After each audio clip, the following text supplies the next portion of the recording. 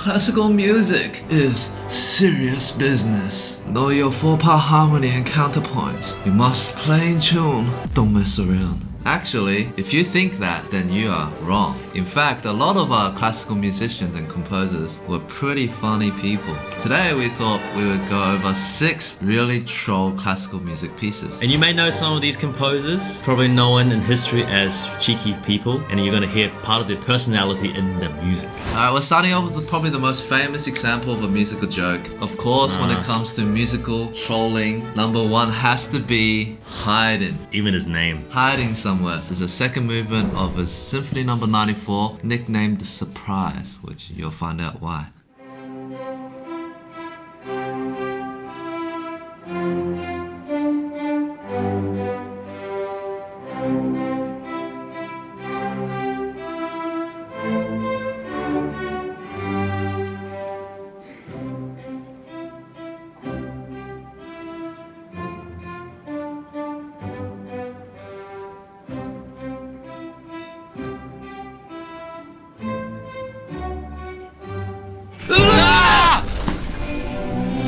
Wait, did they even do it? They didn't do it. What? Wait, did I do the wrong one? Well, we got trolled by Haydn. I think it was that next one. Wait, no. No. I think it was the wrong one. That was. We just screamed really I think loudly. we just screamed We so screamed so loudly. loudly that we didn't hear it. The reason why he wrote this, right? He noticed people fell asleep. Well, so the rumor says. Yeah. He noticed some guy fall asleep in his concert, so he's like, I'm gonna prank them. And in the second movement, known to be slow, right? In most pieces. Andante. Take your time, luscious melodies. Yeah. In this case, he was just like deliberately quiet pianissimo, very repetitive, so you get kind of like Trance. You sit in a trance, you just Yeah. go.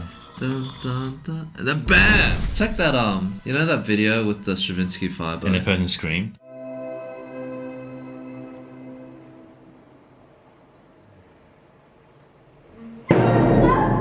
Alright, number 2 on the list again from our funny father Haydn. Symphony number 60? Il Distratto. Oh, even the name. Normally classical symphonies are in 4 movements, but this one's in 6 movements, which is already kind of weird, right? Yeah. We won't explain it yet, just check out the opening of the 6th movement.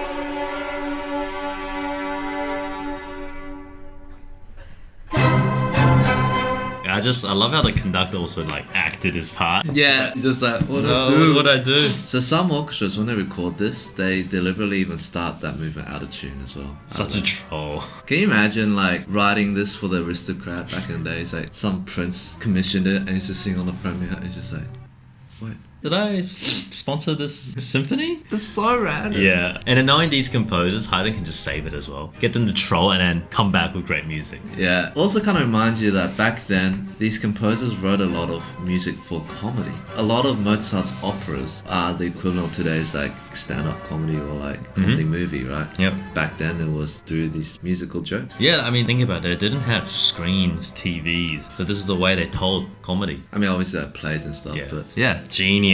Next one, Haydn again, the Farewell Symphony. Alright, I literally meaning farewell, because this one, there was an employer who often worked musicians over time, and Haydn decided to go, well, why don't we just have the musicians leave slowly as the music is playing? Yeah, it was basically Haydn's way of making a statement, a little subtle protest for the musicians who are sick of being asked to stay overtime. A lot of them had been long overdue for holiday, and so he wrote the musicians would slowly leave one by one. Let's see.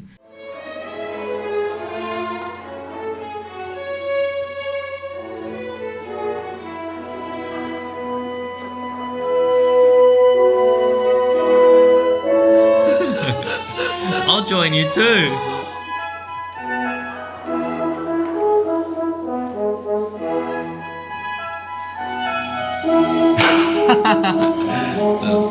She's like yawning. Yeah.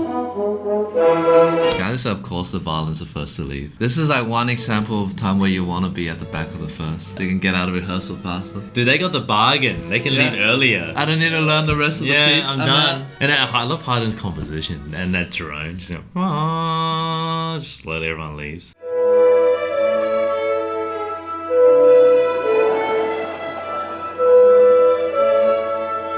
Time's up. I know like certain orchestras in countries where kind of work regulations are quite important. I've seen rehearsals where musicians would literally, oh, time's up, and like mid symphony in a rehearsal, they just bye. Australia.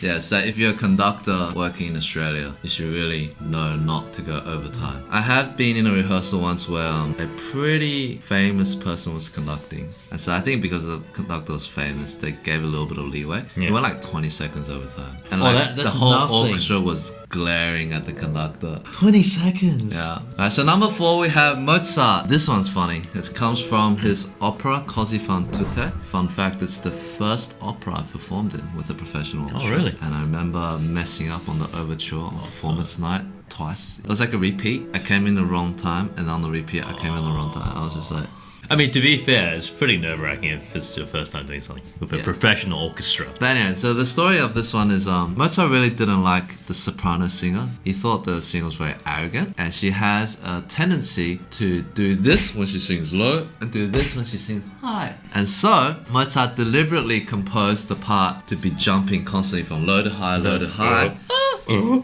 Supposedly so the soprano's head would bob like a chicken. Of course Mozart will do that.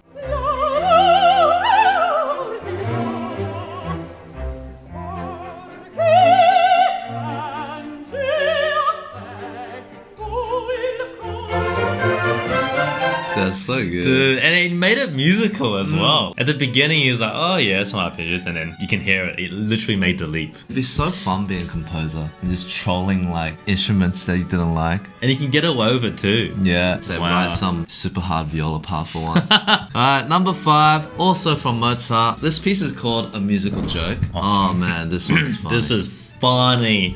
So basically in the musical joke, I mean, it's kind of a dick move, but I think Mozart knows he's a genius, and knowing him, he would have been surrounded by some amateur composers. Yeah. And so he decided to make a piece parodying bad composers. And so he deliberately tried to write the music in a pretty bad way. This could have been pretty hard for Mozart too. Yeah. To try and break his own way of writing things. Oh yeah, it's like asking Hilary Hunt to deliberately play out a tune. Yeah, she It's has to probably like. harder for It is. She has to go, okay, normally they do this, and then go out of tune, yeah.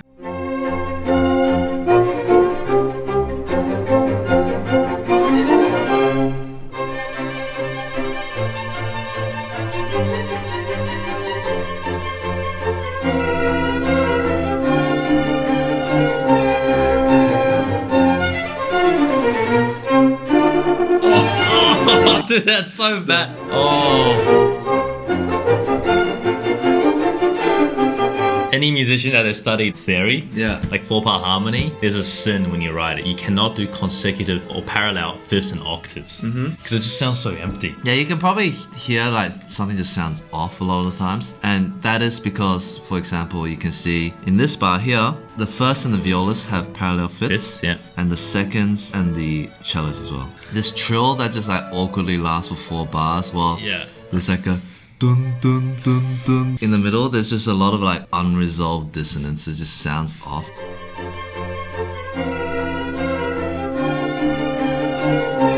And it's like that viola solo. Da, da, da, da, da, da, da, da. So random. It's so random. And another thing is like, why is it only 3 bars? yeah, it's like Normally it's 4 bars or 2 bar phrasing. yeah, like the very opening of the piece. It's like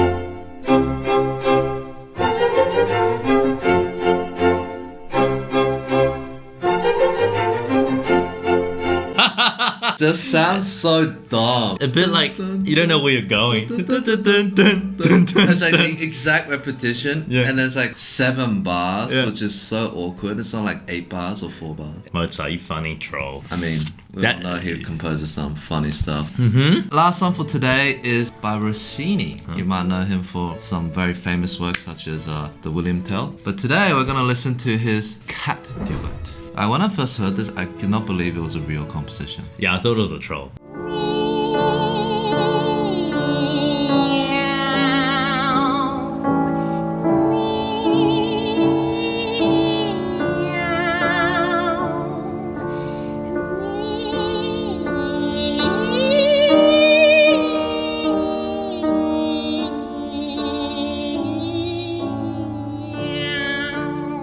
Imagine practicing this, first of all. Yeah. And imagine practicing while you have a cat at home. Your cat will be like, the hell? What are you doing? I wonder if Rossini was a cat person. What was his reason to write this? Yeah. We must have at least been with cats, right? Yeah. Meow. So, okay. It's like the OG Nyang. It is. The OG meme. Yeah. Young cat came from here. I really wish to see a performance one day of this, except like they're wearing like those cat ears, dressed like cat. Nah, maybe not. I mean, you can. I mean, I You think can I'd be see. sick. I think I'd be sick, dude. Like those anime cat girls. I mean, I'll yeah. shut myself up now. I mean, look, if it's there, I'll watch it too. That's it for today. 6 troll pieces by iconic composers. I would love to go back one day and meet these guys. I think that'll be really funny, actually. Dude, it just makes me think Haydn must have been the funniest dude. And Mozart just being such a genius and Bagging being a out dickhead. Yes. Cool. That's like the equivalent of like Kavakos. He made a concert titled Violinist Joke, and then he just plays like us. Oh, he plays like us. Just like out of tune. Oh, And, like, forgets his part, memory slips. But on that note, remember you have to practice, everyone. Whether you're a beginner, amateur, or even a professional. Because if you don't practice, Mozart's gonna write a piece to bag you out. yeah, all about you. Alright guys, that's the accent like button, the guys subscribe button, and we'll see you next time.